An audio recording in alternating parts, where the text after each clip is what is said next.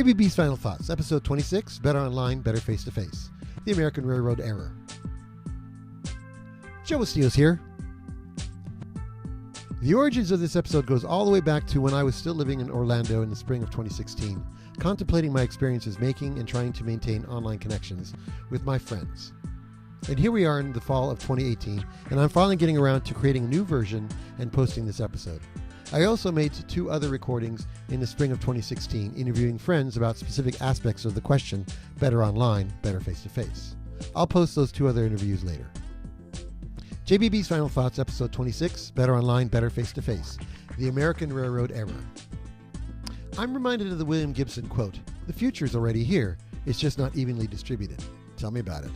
After I moved from Orlando, I asked my friends, the Oak Hill Drifters, if they could just open a Facebook Live session at their next gig so that I could get over my separation anxiety. It didn't happen. There was one brief sideways video, but no you are there experience. As much as there is a possibility of having real ongoing visual relationships via technology, the choice still tends to be too much hassle. Sorry, and life lumbers on. I have to face the facts. I know I'm the weirdo who has maintained meaningful relationships pretty much purely online for the past 15 years. Thus, I reject the notion that it's not real because it isn't face-to-face. I'm reminded of the American railroad system of the first part of the 20th century, which made the mistake of saying that they were in the railroad business instead of the transportation business, and suffered a fatal decline as a result. Connection is connection, whether it's face-to-face or over a cup of tea, or via morning text message saying, "Hey, I was thinking about you." Humans are capable of wonderful levels of connection, regardless of the mode of communication. I understand that some modes can seem to be more meaningful than others. I remember spending hours working on personal birthday cards for family and friends, but I stopped doing that when my father unfolded one of my cards looking for something else. It was clear that something bought from Hallmark with very little time spent was more meaningful to him in that moment than the card I'd spent hours to make. And that seems to be true when the message is sent online versus face-to-face. Yes, if we lived in the same small village where we saw each other on a daily basis, it would be great to get the daily greeting or birthday greeting or whatever greeting face-to-face. But for most of us, that isn't the reality we live in. Should we now make the assumption that the limits of our locality should also limit our concern or care? No, I cannot tell you how much time and emotional effort I put into my political discourses on Facebook the past 2 years. Sigh. A conservative friend correctly bailed out because it was just so draining to have these heated discussions and arguments that were purely online. Were they meaningless? Not for me and my opponent. I mean, the emotional drain and the back and forth quips should be evidence enough that this was real to us. It's part of their American railroad mistake to assume that it's not real because it isn't face-to-face.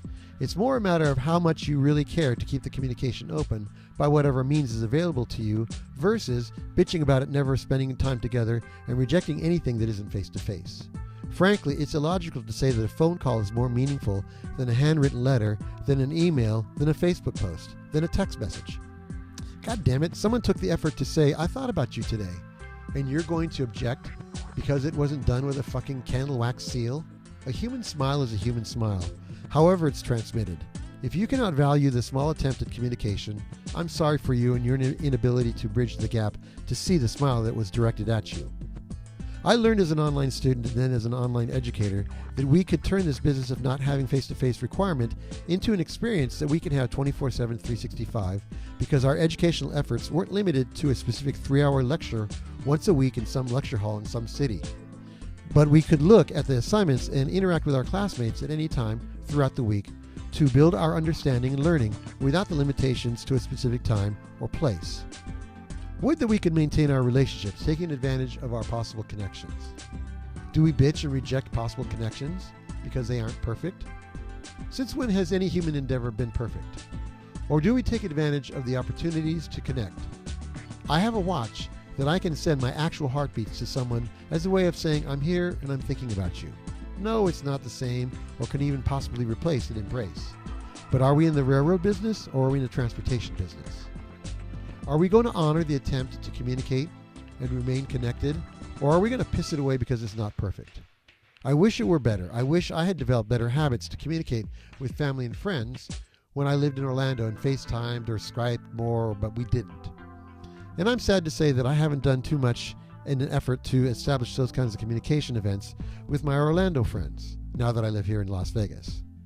But I'm hopeful. I'm hopeful that I can enjoy their smiles and conversations, just as we did when we sat at the Eaton Bar or Stardust Video and Coffee.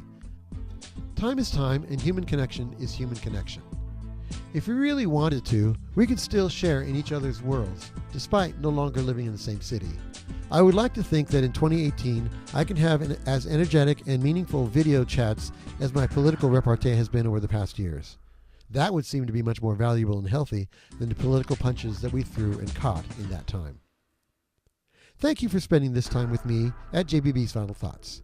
If you want to continue to participate in my outer monologue, you can subscribe to my blog at http://joebustillos.com. Scroll to the bottom of the page, click on the follow button where it says follow blog via email, and enter your email address. You can also subscribe to my YouTube channel. Just search for JBB's Final Thoughts and make sure that the autocorrect doesn't change it to Job's Final Thoughts. Damn autocorrect. Catch you later. Enjoy.